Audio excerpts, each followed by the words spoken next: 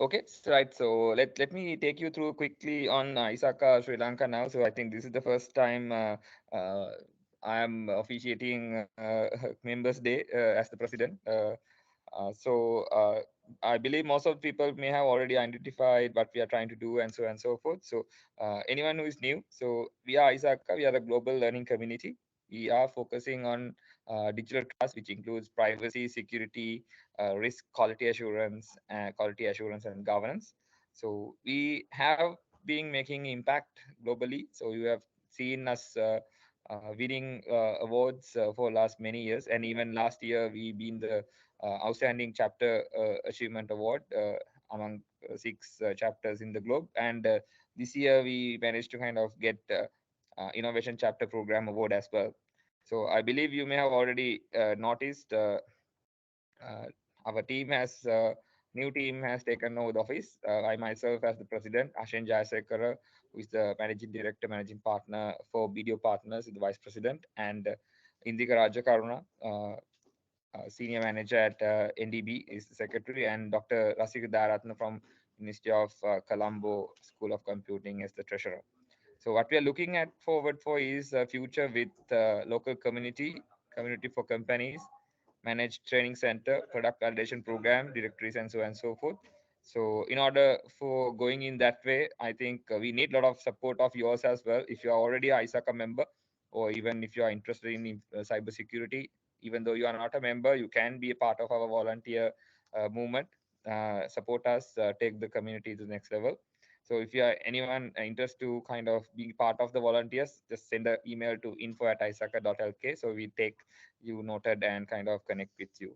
And we been doing ISACA certification voucher program during last couple of weeks. We have already selected 20 personnel to be given the first round of vouchers, which is already completed. That is a 50% discount voucher for CISA, CSAM, CGIT, CRISC, and CDPSC certifications. So my invitation is to let's work together for building a nation with digital trust. So we are Isaka Sri Lanka. So a quick intro to Mohan today. I think you all know Mohan. He's being part of ISACA for a long time, and even today, I think it's about 10 p.m. in his time. He has already agreed to kind of do a quick event about taking the cybersecurity strategy to the next level. This is specifically for security leaders. He's currently being part of KPMG in New Zealand. I think he have gained a lot while he is in Sri Lanka as well. But we can hear a little bit of thoughts from what he gained from his experience in offshores as well. So that's why I invited him to kind of give a quick speech about some tips for us to kind of go through this. Uh, we will open up the forum for all of you to ask questions after his quick presentation. So if you have any questions, you can raise, and we can take this conversation with Mohan on your own. So over to you, Mohan. Thanks for that introduction, Lakmal. It's been a pleasure. Hi everyone. So let me share my screen quickly for you to walk through with me.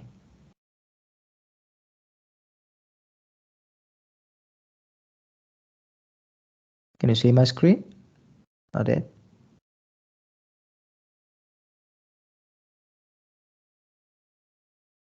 Oh, Lakmal, can you see my screen?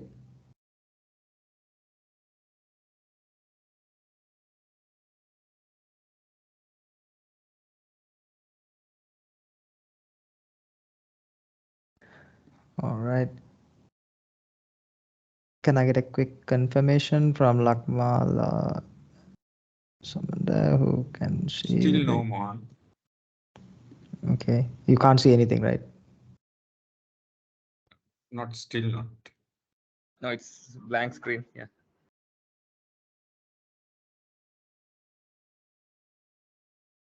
Okay, give me a second.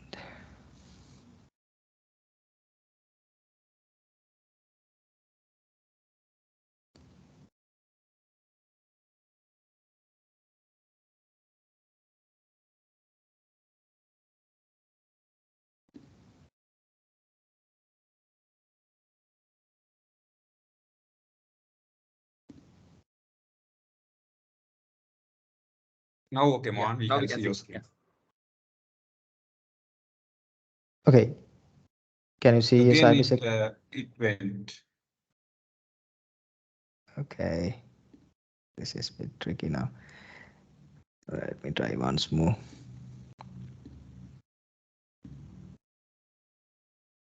Can you see it now?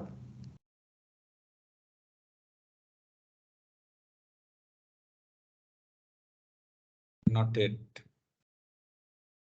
Can you see it now? Yes. All right, cool. Finally. All right.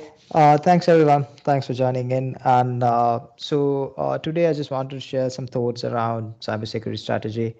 Uh, it's less spoken, but widely impactful. I think that's why when Lakmal said, so let's talk about it. So give some insight to some of the next gen leaders who want to become in, and the ISACA members who plan their careers in becoming CISOs and taking up second leadership security roles. So I would continue the presentation. I would probably not see you raising hands or taking up any questions, but we do plan to spend a lot of time trying to answer most of your questions towards the end and make it a more of a discussion. So uh, the approach that I want to take today is that the numbers that you see on the screen is two different numbers. One is the hot topic these days, the ChatGPT to all the AI to open AI platforms to how AI is going to change the world as we know it. And what other number that you're going to see is the total cybersecurity spend that will be there for the predict that is predicted for the year 2023. So what you see on left as 188 billion is the total cybersecurity spend that will be planned for 2023, and the AI spending on tooling to software to resource investments is 20, for planned for 2023 is what you see on the right, which is planned for 153 billion. So if you look at in terms of investments and the effort that is going into cybersecurity, cybersecurity is still growing, and with all the complexities that we are about to face as cybersecurity professionals in the next years to come, with changes in AI and changes in data science, would increase the spend in many of the organizations, which I'll take few poses and give examples in explaining. And the first question that we want to ask ourselves is, why do you need a cybersecurity strategy? So most of the conversations that we have with boards and leaderships is, why do you need cybersecurity strategy? If you go back 5-10 years, a lot of boards would have asked you, why do you need a cybersecurity strategy? Gradually, we have come to a point where that no longer this question is raised, saying, why do you need cybersecurity strategy? Because if you look at 5-10 years back, it was part of IT. It was day-to-day operations. Probably would have hidden somewhere in between the lines of infrastructure investments or network investments. So now, with the wider digital adoptions that are happening around the globe, now cybersecurity has become a strategy, which means that you need to have a plan. How are you going to spend? How are you going to do things around? So why actually you need cybersecurity strategy is primarily because you're dealing with digitized environment. There is hardly any business in the world right now which does not have digital presence.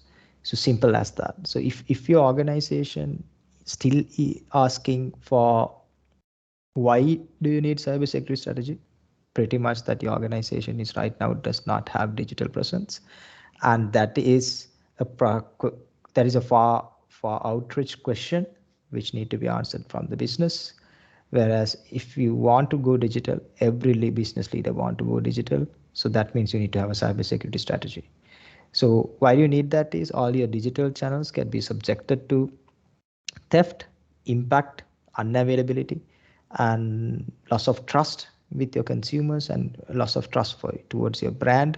So you need to ensure that it's safe and trusted and reliable. That's why you need the cybersecurity strategy.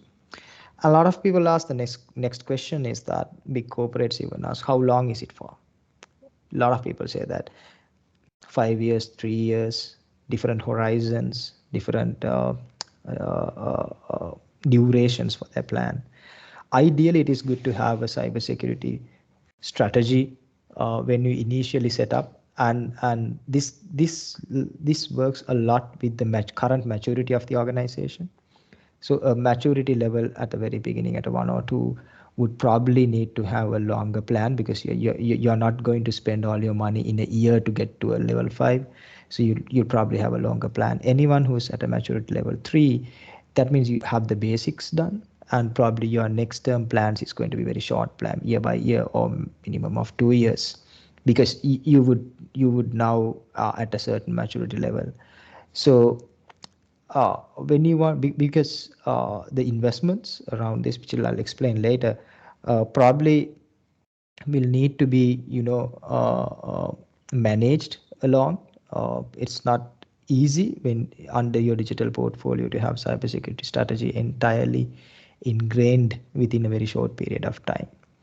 Key elements, I'll come to that in the next point. So cybersecurity strategy usually, uh, it's not just tools, it's just not people, it's just not software, it's just not partners. It's a combination of key elements, and I'll explain why those are important as well.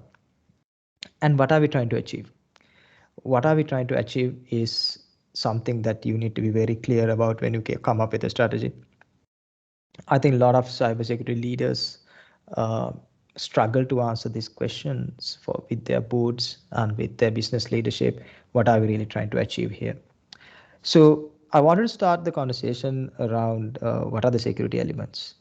So these elements are your boosters. So these elements are how effective is your strategy is going to be. So it depends. So heavily on these elements. One of the things is your security team. So if you're deriving a strategy without a security team, it's pretty much just going to be a paper. So even though there are organizations who rely heavily on external security teams, there are organizations who rely heavily on internal security teams. Either path you take, you need to have a security team at least to coordinate the external parties. So your security team is a must for your strategy. And then of course you're going to need tools, because the volume of data that we work with, the complexity of the environments that we integrate, and the business functions, the digitization that we have done are so complex that you can't basically come up with a strategy which does not have security tools. Then you're going to need advisors. So why do you need advisors, sometimes you ask? So for two reasons. One is uh, that you cannot have all the technical expertise that you're going to build internally, primarily because it's too costly and it does not make sense. So example, any organization who's not not cybersecurity is not their core business, it does not make sense to have this level of advisors, experienced professionals, engineers at that level to be maintained. It doesn't make sense. So that is one example. And the other one is that these advisors validate you externally. So when you're an organization, you would probably see what you see only, whereas the threat adversaries, what you're dealing with, is significantly changing, and experience of others, experience what is happening around the industry is really important for you to gauge what kind of defenses you want to make. So if you're not relying on advisors, you're probably relying heavily on the in-house knowledge. Unless all your adversaries are in-house, you probably need advisors outside. And then the other piece is internal IT and business team support. So a security team alone can't build a strategy, make sure that the strategy is successful. You need collaboration. So this collaboration, why we need that is what we are trying to secure, as we mentioned at the very beginning, why we need to do a security strategy is to secure the business, secure the core business. So unless that teams understand and collaborate with you, your cybersecurity team is driving towards a different direction, trying to secure something and implementing tools and working with advisors, in a different direction, whereas the business is heading different direction. So you need collaboration internally. Then why you need implementation partners?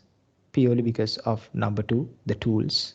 So tools are complex. Tools itself has a science and a knowledge around it, engineering knowledge around it. So if your security team is focused only on tools, you will probably not be getting a lot of things done across many of the other elements. So so first of all, you need to clear this out with your leadership. What I'm trying to talk to you about cybersecurity strategy will have certain elements. So those elements, all of those elements are required for a successful cyber strategy. It's not just one. We can just outsource to our implementation partners and advisors and wait for it to happen if your business teams are not cooperating and you don't have a security team. You just have the security team and set of tools, but if there are no people to support it, there are no people to be part of it, so probably that strategy won't work. So that messaging need to be very clear with your leadership teams. And I'll walk you through some focus areas. I won't go into each and every project, but I will get you some buckets where you can put your projects in. So first one is security governance. So why do you need security governance? A lot of people think that why do you need security governance is for you to know what to do and what direction are you going and how are you going to govern it. Uh, if I put that in different words, I think what you really need to know is what are you choosing not to do. So when it's come to security governance, more than what you do, what are you not going to do? So that is why you need to set out clear guidelines, set of policies and procedures. These are the things that we're going to do. So in our operations, in our core business, this is how we manage access. This is how we manage third parties. This is how we are going to manage all our encryptions. This is how we're going to manage all our databases. This is how we're going to manage all our applications. This is how I develop applications. This is how we get application into production. You need to set of guidelines, and in those guidelines, we clearly say what we are not doing. So that minimum baseline means anything below that is what we are not doing. So actually what we're trying to define here is what are we not going to do. So anything that we do below that baseline puts ourselves at risk. So that is why we need security governance around it. And the rest other piece that some people foresee or some people have oversight on is the investment portfolios. So you need to be very clear upfront is that these are investment rationales. These are the tools, these are the key, if you look at the elements, these are the sections that we are going to do invest in. And that investment should also have a rationale, maybe investment justification portfolios. This cannot be only for security. We can work with finance teams to understand how are you going to allocate resources in protecting assets. And of course, the maturity rating. A lot of people, I've seen that security strategy does not have a maturity rating. So it's like it's then if you are the business leader or you are a board member, and it's like your kid is coming to you and asking you for money to buy something, which he says that it's needed at school, but you don't see a point. Where are you trying to get to by buying this? Where are you trying to get by buying this tool set? What are you going to do? What are you going to end up in 6 months? What are you going to end up in 1 year's time? So it's important that with your governance, you're giving it a maturity rating. So I think widely used and adapted version of it is CIS ratings. So you can base your CIS or NIST, CSF baseline in this and saying this is where we are and this is where we want to get to. So the plan that I'm presenting in 1 year's time will get here. So right now in asset inventory or data protection, we are at a 3 or we are at let's say 30%. So we want to get to 50% in 3 years. In order to do that, we have to make these ticks, and that is our first year plan in that area. So so board expects you, okay, so what I'm going to see next year is that our asset inventory or our data protection area, we are going to uh, see ourselves in 50% in next year. So it's easy for any leader or a board to relate to something that the goal is set. So I think from the governance function, it's not just controls, policies and procedures, the investment and how we manage maturity is also important. Then how you build brands, so how you build a map to the business. So I think a lot of people fail in that. So may a lot of conversations that I have, lot of interviews that I've done in recruitments to talks that I've done.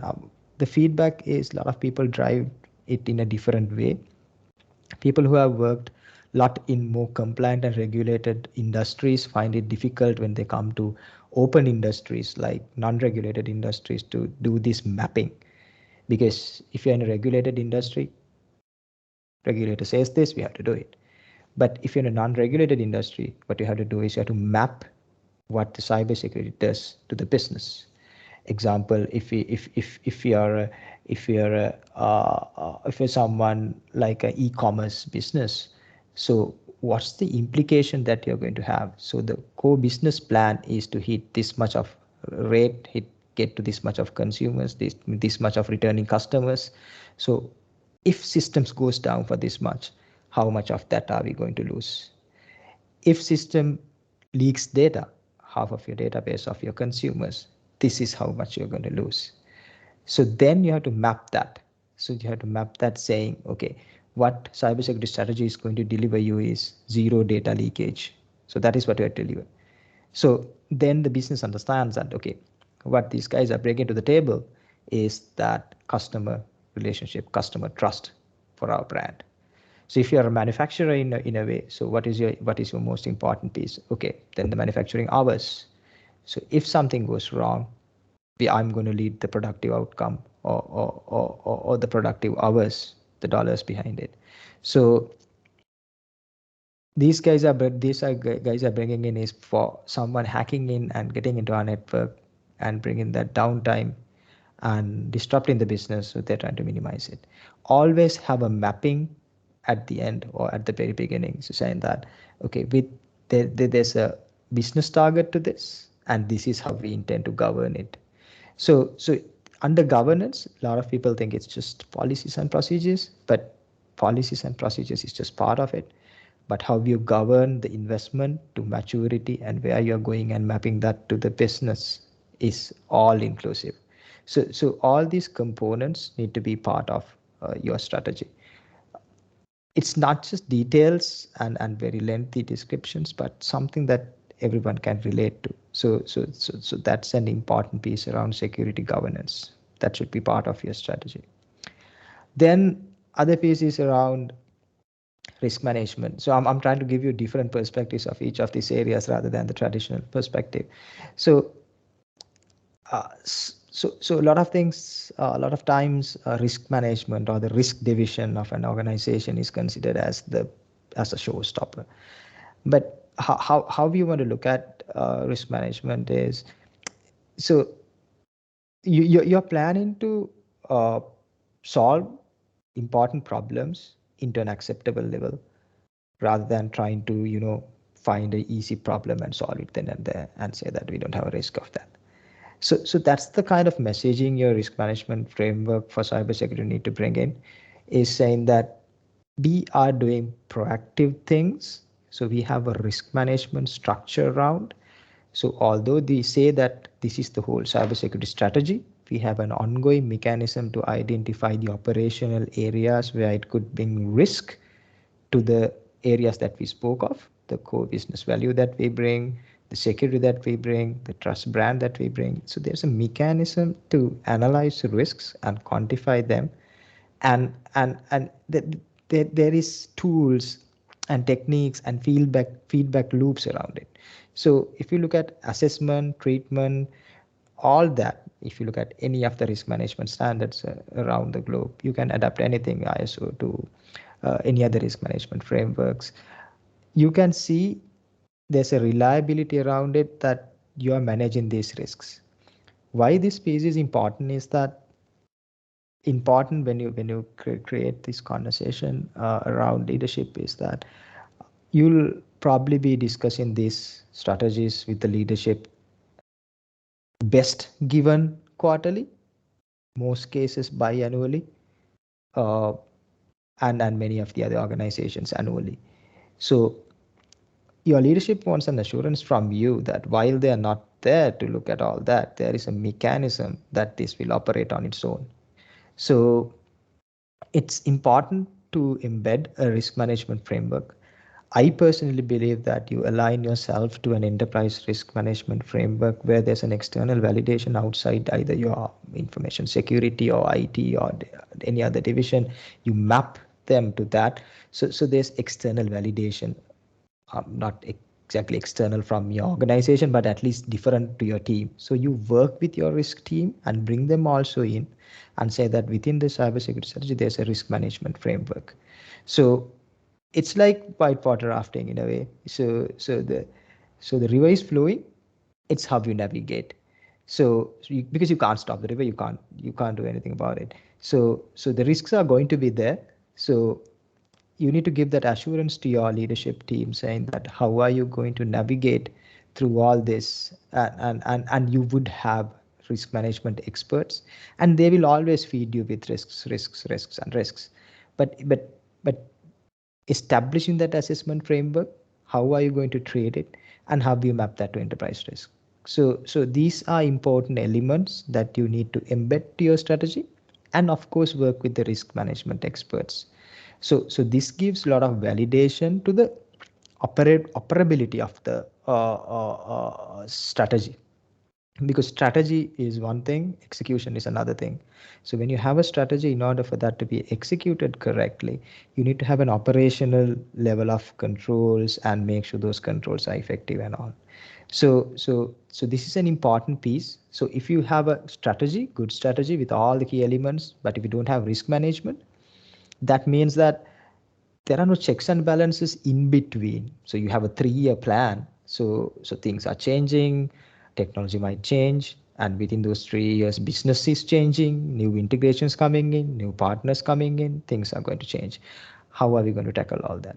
So that is why risk management is an important piece. So always have a risk management program running in, and make sure that those are looped back into your initiatives, and there is a feedback mechanism from risk management. Now, before I think the most common areas are the operations, but before I go there, I want to touch upon this area, the secure build, because right now we are at a very fast adaption and build cycles of all of our organizations around the world. So even if you look at developed markets, even if you look at developing markets, the adaption and build cycle is very strong because the technology changes so fast. On top of that, post COVID, if you see, people who adopt a lot of digital technologies, and then even after that, a lot of people realize that there need to be huge investments around digital technologies.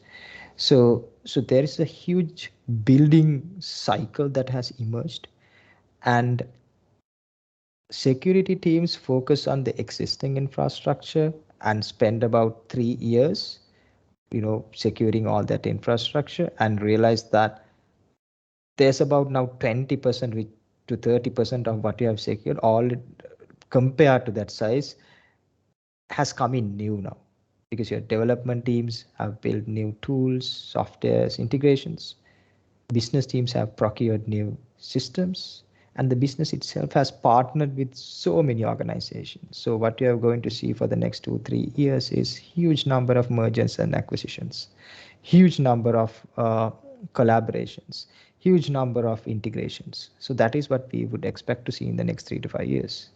So unless the established big brand concept that we had probably in 2012, 2013 to 2020, we'll probably see a lot of integrations and a lot of adoption happening. So for an example, even if you look at OpenAI. So every business leader wants to integrate now. So because the question is very simple. So if this kind of power is available out there, how are we not adapting it and everyone else is adapting it? So they want to adapt. So the ecosystem around your integrations and how your builds are done is totally going to change. So it's extremely important now, rather than the infrastructure and the network layers to servers to all that is secured, you give a very strong foundation to your building process. So the whole DevSecOps cycle is coming in. The building the development cycles will go into CI/CD pipelines.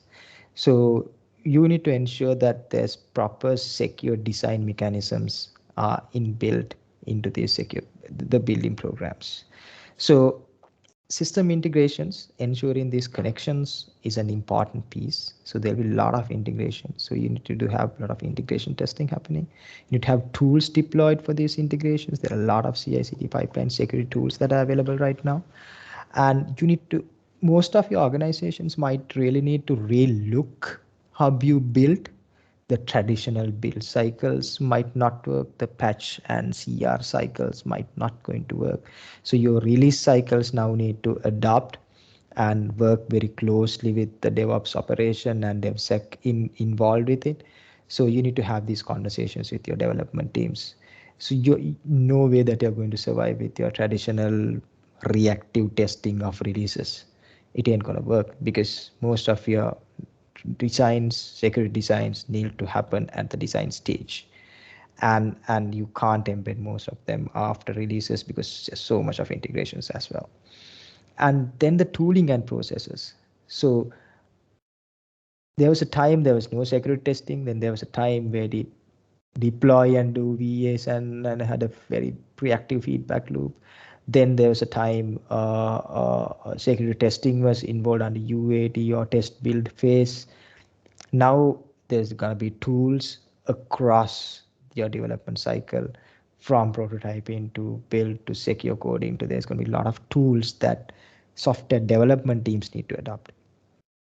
All this applies even if you don't have a software development team in-house. All this applies even if you are working with external partners. You need to ensure these things are happening with them. And the secure development life cycles, that security is thought throughout. For an example, when you go to AI, you might not be looking at technical controls. You might be looking at a lot of secure design principles.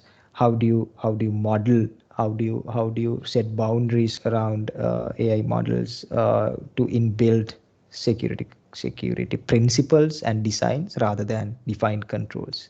So every time your output is generated, that those are within the framework of security. So these are kind of conversations that you need to have around secure build, because there's going to be lots of digital adoption happening. 853 or top 10 office top 10 are very basic examples there, but you need to adopt the secure build. Lot of the time, most of the security strategies does not have the development piece covered. They have the infrastructure to network, to connections, to external IPs, to attack surface management, to EDR, to all that's covered, but very little on the secured build. But for the next 5-10 years coming, you have to have this. There's no way out of this. Even if you buy off shelf, how you integrate and how you collaborate, because there's nothing called off shelf now. It's off shelf is for the core solution, because off shelf you'll buy and you have the core solution, but integrations are huge. So, and the mobile and social links and all that would make the secure build so important. The next one that you need to move is the tools. So a lot of people, if you think if you can install the tool and rest peacefully, ain't gonna work now. People who think that tools can solve everything, I think they don't understand the tool, and they don't understand the technology either. They understand security either. So it won't solve your problem, but without tools also you would not have the certain components that you need to attack this. So tools and technology is extremely important, because what you need to convince your leadership is, it's not it's not just your ERP and email solutions that you're running with. Those are way more complex than that, and you can't analyze these things on an Excel. So you need tools and technologies. Every digital channel you see, you're going to see logs, patterns that need to be analyzed. So these needs tools and technologies, and those tools and technologies need to come with the right partners. uh, so right partners is very subjective, but assessing the service and what you provide and what your organization, as at your size, at your capacity, what do you actually need. So that is an important one. Then understand your tech stack. So you're fully on cloud, and the entire infrastructure is cloud. Your technology journey with the CIO is going to be cloud in next 2 years, and your security journey is an on-prem based, or your SIEM is going to be on-prem for the next 2 or 3 years, you ain't gonna work. So understand the tech stack, where the CIO is going to head with his digital journey, and make sure that those two marry each other well. So that's an important piece as well. Make that a validation point when you present your cybersecurity strategy, that this is in line with our goals. This is where we want to be, and the security investment that we're doing on tooling will support that as well. So now be careful in this, because a lot of security tools might not make very sense in the long term. So we have seen EDRs coming in and going. We have seen SIEMs coming in and going. We have seen NACs coming in and going. Email security solutions coming in and going. There'll be a lot of new tools coming in because security development life cycle is very, very, very long. Unlike you develop a normal product, a security product is developed in a very long period of time. So the products that you see will be overtaken by products which were started to develop 4 or 5 years back. So because of that, you might need to shift to certain security products and tools, but the fundamentals of your original tech stack and your architecture need to support all that, right? So that is one. And build capabilities, either internally or externally. Some of the organizations that I've worked with, and strategies that we have used is minimal core resources and build capabilities with a very large ecosystem. That's one way of looking at it. So because you can't build, there are a lot of tools, you can't build a lot of in-house capabilities, then you work with managed partners. So this is important because tool itself won't work. It needs continuous configuration, continuous fine tuning, continuous rule setting. So if you are, so the benchmark is, if your tool is a real time information feeding or information tool which gives information output, it need continuous monitoring. Simple as that. So if it is giving real time output and there's no one to manage it or look at it, doesn't make any sense, because that's the whole, we'll discuss in the operations parts, that's the whole mechanism of responding. So these tools is an important piece, because I think the conversation that you can make with the leadership team is, if your digital adoption is to say you're planning to sell your product people 24/7, anyone who's going on their car and buy your product at 12 midnight, the same time security needs to be alive, right? So the more adoption that you seek, more presence that you seek on digital, more involvement that you need in cyber. So you need tools to do that. And then we comes to the operations piece. So when you set all those together, someone need to be operating this. All those tools, all those integrations need to seamlessly work, right? So then you need to have operations: identify, prevent, detect, respond. So recovering, and day to day there are things that you detect in tools. You need to validate, triage. So make sure that those are uh, those are not catastrophes or disasters. Those are just incidents. So what we need to convince the leadership is that, so when you work with why you need security operations is primarily to say that, make sure that we have incidents, not to avoid incidents. It won't happen ever, but how are we going to make sure that incident won't turn out to a disaster. So that is to respond and kill it as small as possible. So that is required in security operations. It's just like, we have to pick out examples. It's just like just one bad customer, right? Your customer care takes care of one bad customer that could, avoid a disaster of reputation damage. If your engineering team can fix one bug, right, so that can, avoid a disaster happening. Same goes to security. If we detect one small behavior or one small threat that is getting realized, that can avoid disaster. So all those tooling to integrations that we did, the risk that we looked at, all these need to be managed in a security operations center. So this is the business as usual.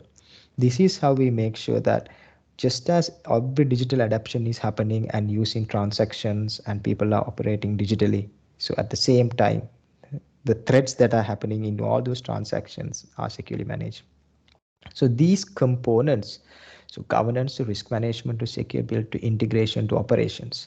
So your strategy need to cover all these areas. So the other area I want to highlight before we move on to discussion is how do you pitch this? Uh, I've seen I've seen I've consulted in security strategies. I've done security strategies myself. So you need to pick. It's different. Organizations have different cultures. Some are risk-driven cultures. Some are compliance-driven cultures. When you look at banking and finance, so you would see a lot of risk-based to compliance-based cultures. Some very growing organizations, fast startups, fast-moving organizations, they are more innovation-based cultures. Then some are very mature organizations who does very large top lines. So they're more business value based, and some depends on the markets that you operate in, right? So some, if it's US, if it's Europe, if it's Asia, if it's somewhere else. So these kind of differ. So a risk based or a compliance based culture. So some of the messaging that you can bring should have strong emphasis on how you enforce that risk and compliance based culture through cybersecurity. So you might need to have certain triggers, how it get validated by the regulator, how it get how it gets the organization more compliant. So the innovation based culture need to have a lot of emphasis on the secure build piece of things, whereas risk-based and compliance culture would have a lot of base on the governance and risk management piece of things. Whereas you can, if that piece is important, if that piece is emphasized right, you might get through to operations and other areas easily. If you're innovation-based culture, if you have your secure build program and you make connection with the leadership easily, then maybe your risk and compliance and operations will be justified. If business value based culture, so then comes the important piece around how you map that business value in and what how value will bring, and a lot of operations and integrations they would understand, and markets you in, so the benchmarking it's against the market and the requirements in the market, and very much the legislation and compliances in markets would drive that. You need to pitch all this in to your to your strategy as well. And how you make a strategy by how you can make them buy it. So one key component is that one golden rule that I work with is that I would not go to take a strategy to a board or a leadership team without rest of the organization buying into it. So make sure that all in it. So you might need to present this to finance, you might need to present this to HR, you might need to present this to ops, engineering, manufacturing, whichever the business that you're in. If you're in business, if you're in banking, you have to speak with the banking teams, people who are doing sales, people who are driving the business. You have those business partnership in it. So this is how the security is going to look like. And maybe you've done a bit of a road show around it. You speak to a lot of business partners and you have validated this. So even they know what it is.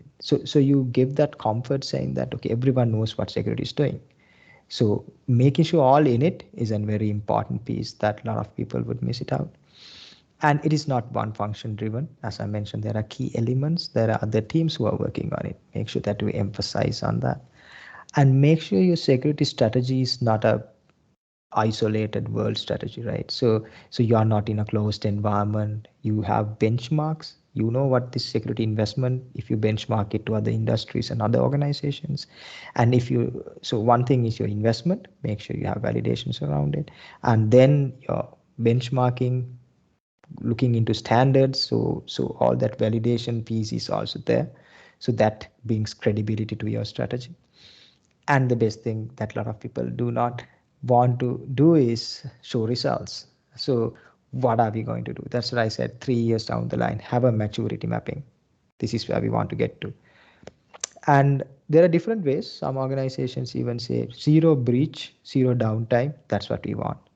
So it is a good way to look at it, but it's hard to comprehend. So there are no downtimes, there are no data leakages. Are we doing good? It's extremely hard to measure, because 1 year you might have no downtime, no data breach. Right next month you could have a major breach.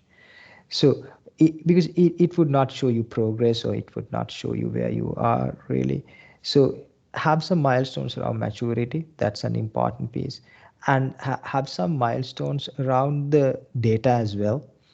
Maybe if it is a steering committee, maybe show them what you're seeing. So 6 months down the line, you're having an SIEM. 6 months down the line, you're having an EDR. So a lot of tools coming in, and you're working with secure devs. So secure development cycle and secure builds and CI/CD channels. So all our new releases that has been coming out now, they are more secure because they passed the security test easily. We had very little findings on the new release. So these are measurements that you're doing something, right? So the drive those targets, have those milestones, so that you everyone knows that you'll be driving towards it. So one important message is that, so before we break down to questions, is so as the leadership, as you're trying to pitch in a cybersecurity strategy, your message need to influence that, and there's a security culture, and you need to make sure that the business take place, and part of that is security culture. How do you, so as best the messaging here is, it need to be influential, right? And you are influencing someone to walk with you in this journey, and you need to build this culture around. So if you have those 5 components in, and the key elements identified, so these things will collate together and build the security culture. So security culture is not something that everyone knows about. Security, and there's awareness around it. Of course, it's an important piece. So those are underlying projects. So maybe under risk management, awareness could be one project. So the security culture is that you have set of principles set, and these key elements covered, and there's a piece that everyone understand what security is doing as a business, just as you understand what your sales guys are doing, just as what you understand your manufacturing is doing, what your finance is doing, what your HR is doing. Everyone understand what security is doing. So building that culture is not just awareness, it's getting buy-in for even your technical initiatives, how you do that. So that's a successful strategy. So I will take a pause on that note, and probably would like to take some questions and your opinions, and have some conversation around it. Thank you.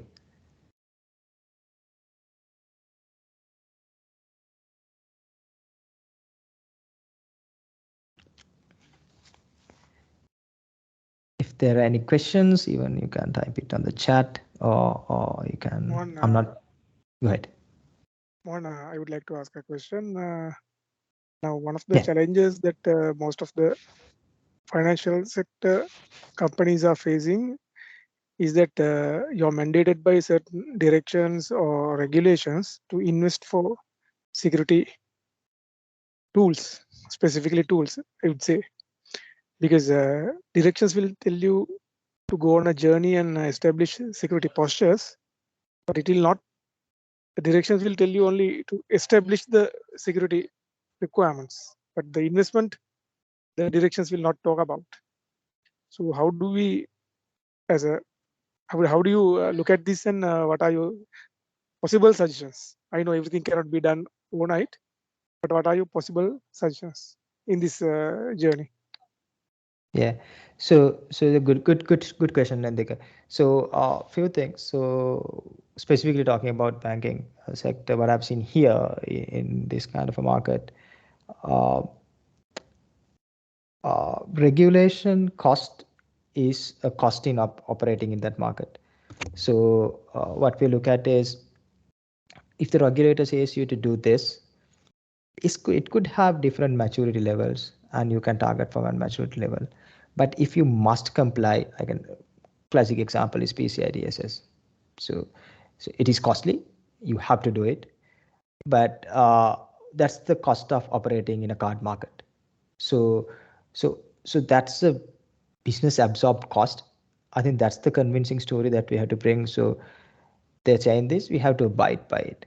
But if you think that but how any regulation is unreasonable and there should be maturity levels, that's a conversation that we need to have with regulators.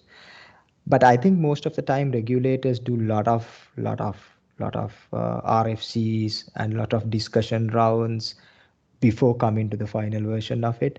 But it could be subjective. But I think the conversation that we need to have is the element of risk management you can bring in, but I don't think that with regulation you can have that option of downgrading some of the controls and meeting that there. But that's a conversation with the organization and the regulator.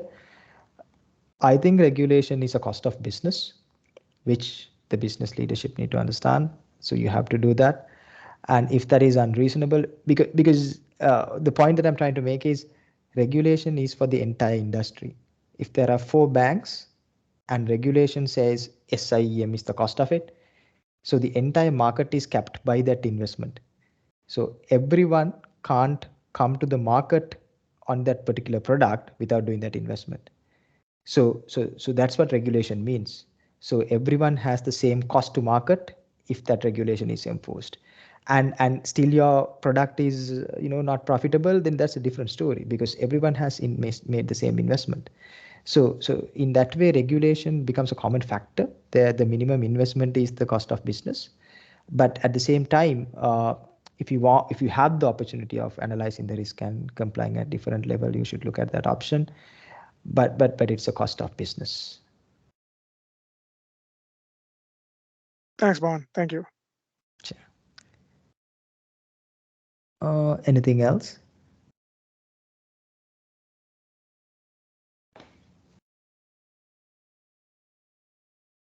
All right, there's one thing. Is there any tools for mapping? When you say mapping, I mean, I hope it's about business goals to your security strategy. I hope that is what it is. So uh, I'm not sure whether any tools in it. Maybe you can try ChatGPT, giving it the context, but uh, not really tools. I think you can define certain matrices. First, I think you need to get that from the business, asking what are your next 5-year goals in terms of digital, in terms of business bottom line, to how you make what are your business goals basically, with your vision and where you're going, and then work your way backwards to your security strategy. So see how you can link your security goals to it. You're highly unlikely to build set of security goals which would map to your business, because security kind of have the same principles all around the globe. You get your business goals and you see how you can map, because sometimes you see some of these would not be required to be done if you don't have digital integration, anything like that. The significant investment on secure build piece might not be important, so you take that out. So that's the whole purpose of it.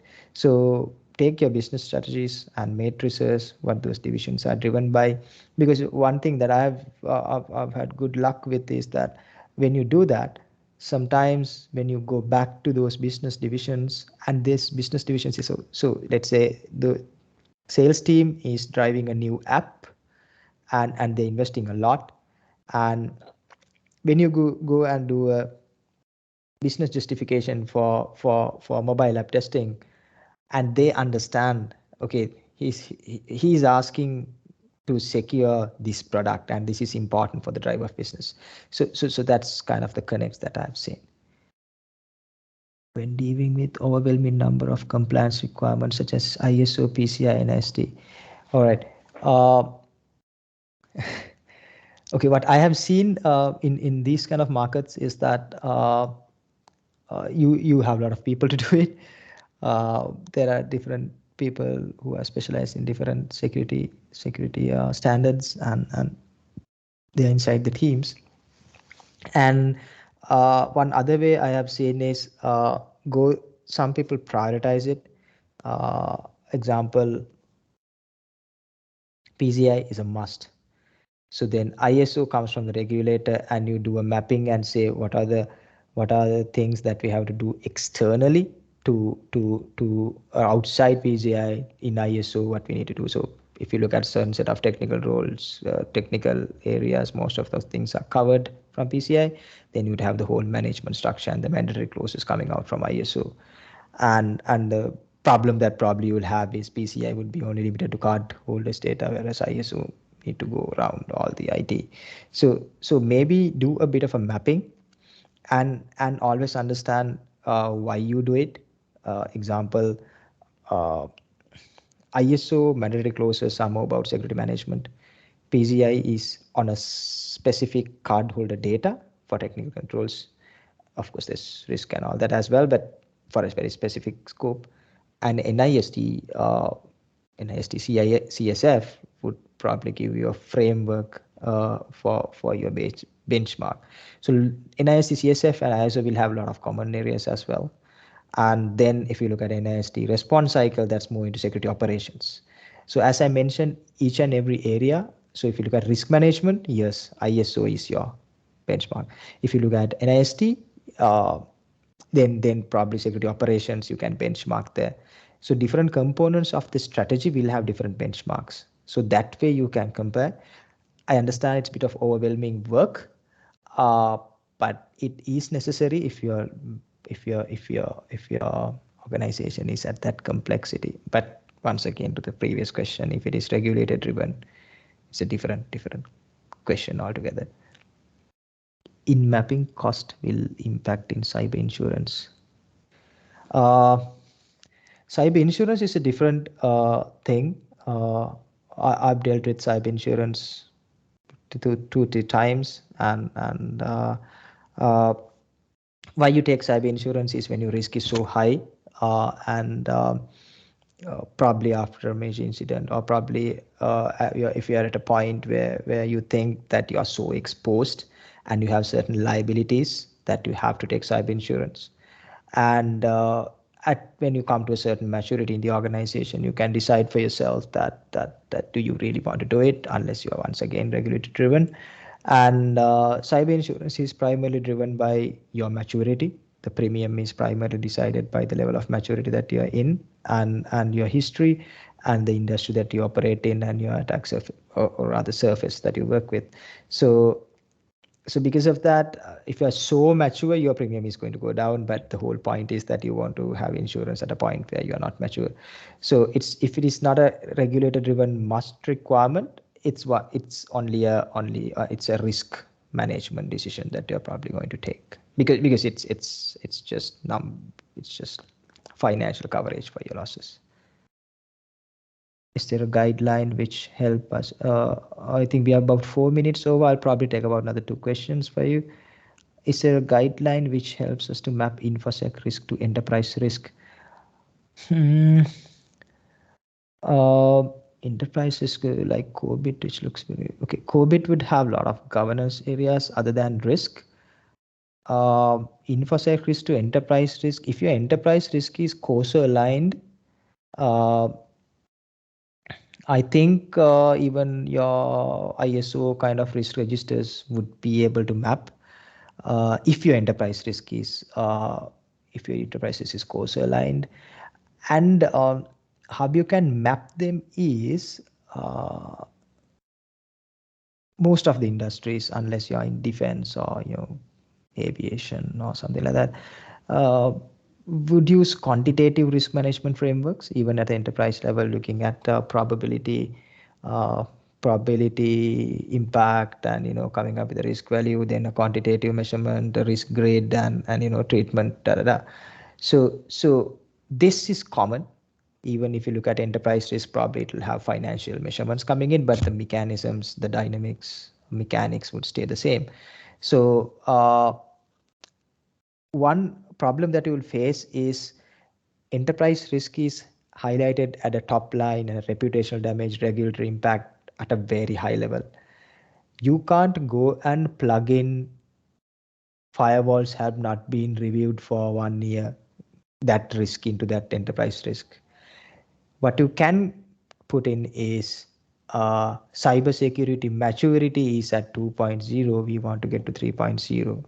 So that can be clubbed. The strategic cybersecurity risks can be clubbed into an enterprise risk matrix, but you cannot do cybersecurity operational risks into a enterprise risk. It doesn't match. That's why some of the organizations who does the enterprise risk management, I have seen, you have enterprise issue register separately and you have enterprise risk register separately. The enterprise issue register resonate with the operational cybersecurity risks and issues that you have, whereas enterprise risk is very high level. Probably your cybersecurity would be one line item. So that way both can relate to it. What is happening on a firewall or access control at a very granular level, board might not be able to comprehend at an enterprise risk level. So I think demarcating enterprise risk into issues and risk areas would be one answer. If not, you work with your enterprise risk team and say that here's our operational risk register.